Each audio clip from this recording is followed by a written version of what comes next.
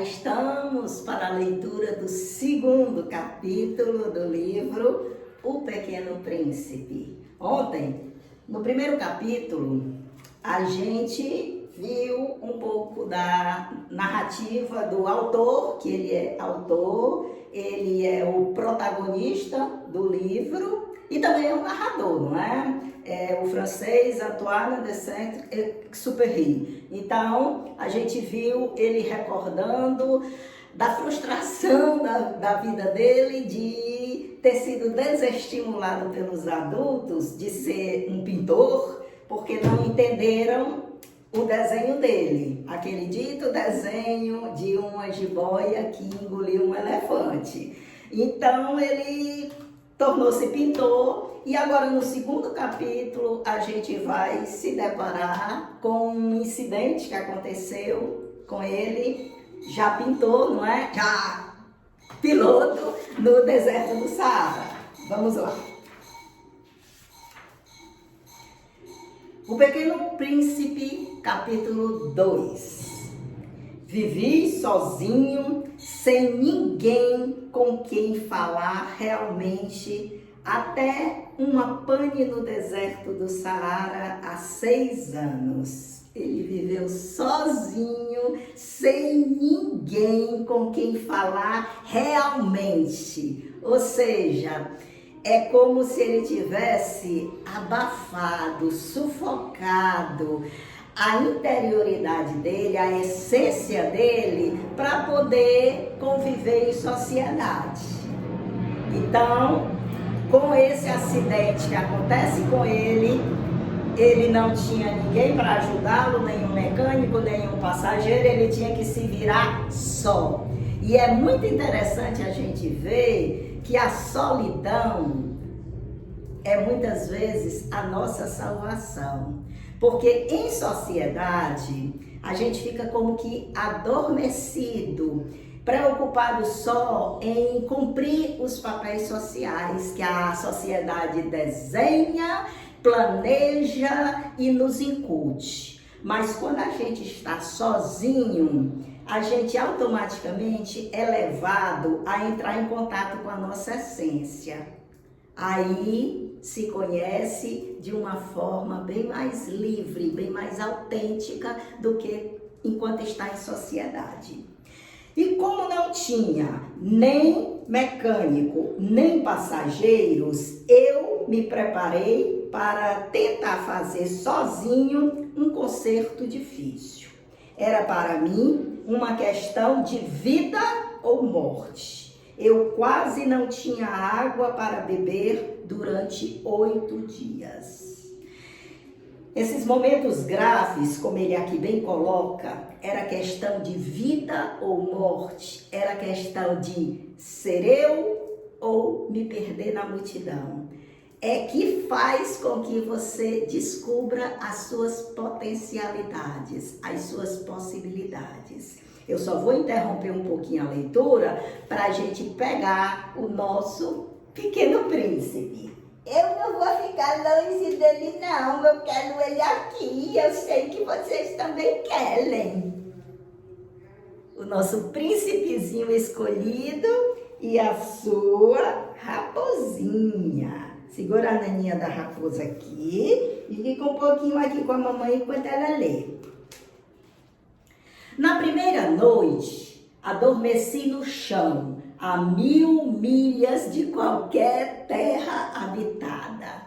Estava bem mais isolado que um náufrago sobre uma jangada no meio do oceano. Então, você imagina a minha surpresa ao nascer do dia, quando uma vozinha estranha me acordou. Ela dizia: "Por favor, desenhe um carneiro para mim." Como? Desenhe um carneiro para mim? Pulei como se tivesse sido atingido por um raio. Esfreguei bem os olhos, olhei bem e vi um homenzinho realmente extraordinário que me olhava com gravidade. Aqui está o melhor retrato que mais tarde consegui fazer dele. Mas meu desenho, é claro, é bem menos encantador que o modelo. Isso não é culpa minha.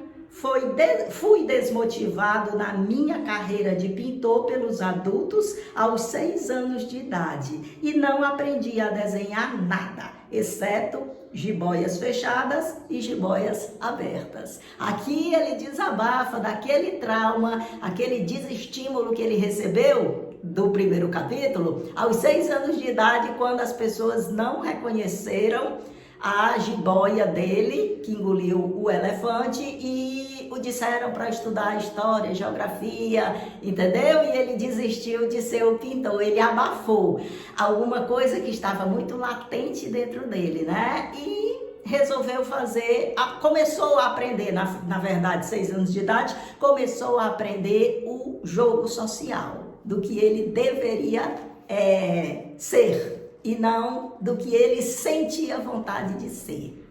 Aqui o desenho dele, olha.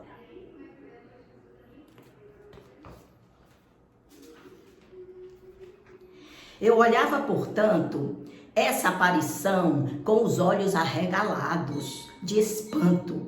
Não se esqueça de que eu estava a 1000 milhas de qualquer região habitada, mas o homenzinho não parecia nem perdido, nem cansado, nem morto de fome, nem de sede, nem morto de medo. Ele não aparentava em nada uma criança perdida no meio do deserto, a 1000 milhas de qualquer região habitada. Quando, enfim, consegui falar, eu lhe disse: mas o que você está fazendo aí? Mais uma vez, ele frisa o deserto que ele se encontrava. Não era somente o deserto do Saara, não. Esse deserto do Saara era um deserto material. Existia o deserto emocional. Ele estava a 1000 milhas de qualquer região habitada, de qualquer pessoa. Aí já é o deserto afetivo em que ele se encontrava. Ele estava sozinho. E aí, esse é um momento muito forte. Quando você está sozinho, é a oportunidade que você tem de se voltar para si, de se voltar para a sua interioridade e descobrir o que é que lá dentro habita. Mas, o que você está fazendo aí? E ele repetiu então, bem calmamente, como uma coisa muito séria: por favor, desenhe um carneiro para mim. Ele descobriu, ali na frente dele, um homenzinho, um serzinho, que não estava espantado, não estava com medo, não estava com sede, não estava com frio, não estava nada. Ele só queria que fosse desenhado um carneiro para ele. Quando o mistério é impressionante demais, não se ousa desobedecer.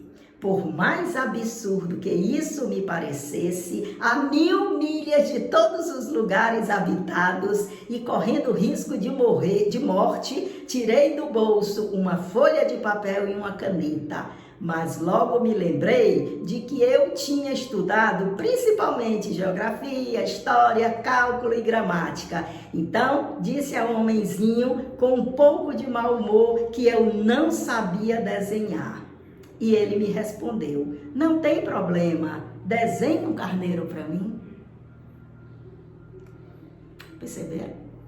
Perceberam aí o que foi o choque dele, ele tentando colocar para fora aquela vida que tinha ficado sufocada, aquele príncipezinho artista, aquele príncipezinho criativo, aquele príncipezinho curioso, aquele príncipezinho desbravador de um mundo desconhecido, e ao mesmo tempo a consciência dele, dizendo a opinião dos outros: eu não sei escrever, e vendo que ele seguiu só os outros, ele estudou geografia, ele estudou história, ele estudou muita coisa, mas ele abafou o pintor que ele era.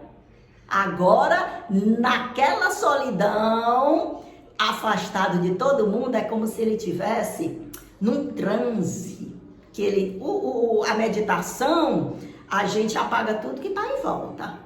para se fixar ou no nada absoluto ou então num ponto. E ele agora que ele não tinha nada ao redor dele, ele estava como que nesse transe, ele podia entrar em contato com essas esferas da interioridade dele, porque do lado de fora não tinha pessoas dando opinião, não tinha pessoas ou coisas ou instituições tentando fazer a cabeça dele. Não tem problema, desenhe um carneiro para mim. Como eu nunca tinha desenhado um carneiro, refiz para ele um dos 2 únicos desenhos de que eu era capaz. Aquele da jiboia fechada, e fiquei estupefato de ouvir o homenzinho me responder: não quero um elefante dentro de uma jiboia. Viu só? O homenzinho dentro dele reconheceu o desenho dele, que não era um chapéu, era um elefante dentro de uma jiboia. Não quero um elefante dentro de uma jiboia. Uma jiboia é muito perigosa e um elefante é muito volumoso. Na minha casa é tudo muito pequeno. Preciso de um carneiro. Desenhe um carneiro para mim. Então eu desenhei. Ele olhou lentamente e depois disse: não. Esse aí já está muito doente, faça outro. Tá aqui o primeiro carneiro que ele desenhou, olha, esse aqui. E o príncipezinho que disse que estava doente, queria outro. Aí, ele desenhou outro carneiro. Meu amigo sorriu de forma gentil e com complacência disse: está vendo? Não é um carneiro, é um bode, ele tem chifres. Esse daqui. O príncipezinho também não aceitou esse carneiro. E ele foi recusado como os anteriores. Aí ele desenhou um terceiro carneiro. Esse aí é muito velho, quer um carneiro que viva muito tempo. Então, sem paciência, como eu tinha pressa de começar a desmontagem do meu motor, rabisquei esse desenho. Olha aqui, esse aqui o príncipezinho disse que era muito velho. Aí o piloto faz essa caixa. É o desenho que ele faz. E eu lancei. Isso é uma caixa. O carneiro que você quer está dentro dela. Mas fiquei bem surpreso de ver o príncipezinho se iluminar e dizer: é exatamente assim que eu queria. Você acredita seja necessário muita grama para esse carneiro? O príncipezinho não veio com regras. O que ele gostou, o que ele explodiu em alegria quando o piloto desenhou a caixa, é porque ele queria criatividade, ele queria magia, ele queria espontaneidade, ele queria possibilidades. E o piloto deu uma arma para ele, uma alternativa para ele, uma possibilidade para ele, quando desenhou uma caixa, disse que o carneiro estava dentro da caixa e aí pronto, a criatividade podia se espalhar. Que foi logo o que aconteceu em seguida, que o príncipezinho perguntou se ele tinha, será que ele tinha alimento, será que ele precisava de muito alimento ali, não é? Dentro daquela caixa. E ele disse, e o piloto disse que ali tinha grama suficiente para ele. Quer dizer, não era só uma gravura assim chapada, era uma gravura que continha em si muitas outras possibilidades criativas. Ele podia imaginar 1000 coisas a partir daquela caixa, não é? O que teria dentro daquela caixa e se teria de fato o carneirinho que ele estava querendo, que ele estava precisando. Para que será que ele queria um carneiro? Por quê? Ou seja, por que ele estava preocupado se o carneiro era grande, se tinha comida para o carneiro? Porque na minha casa é tudo pequeno.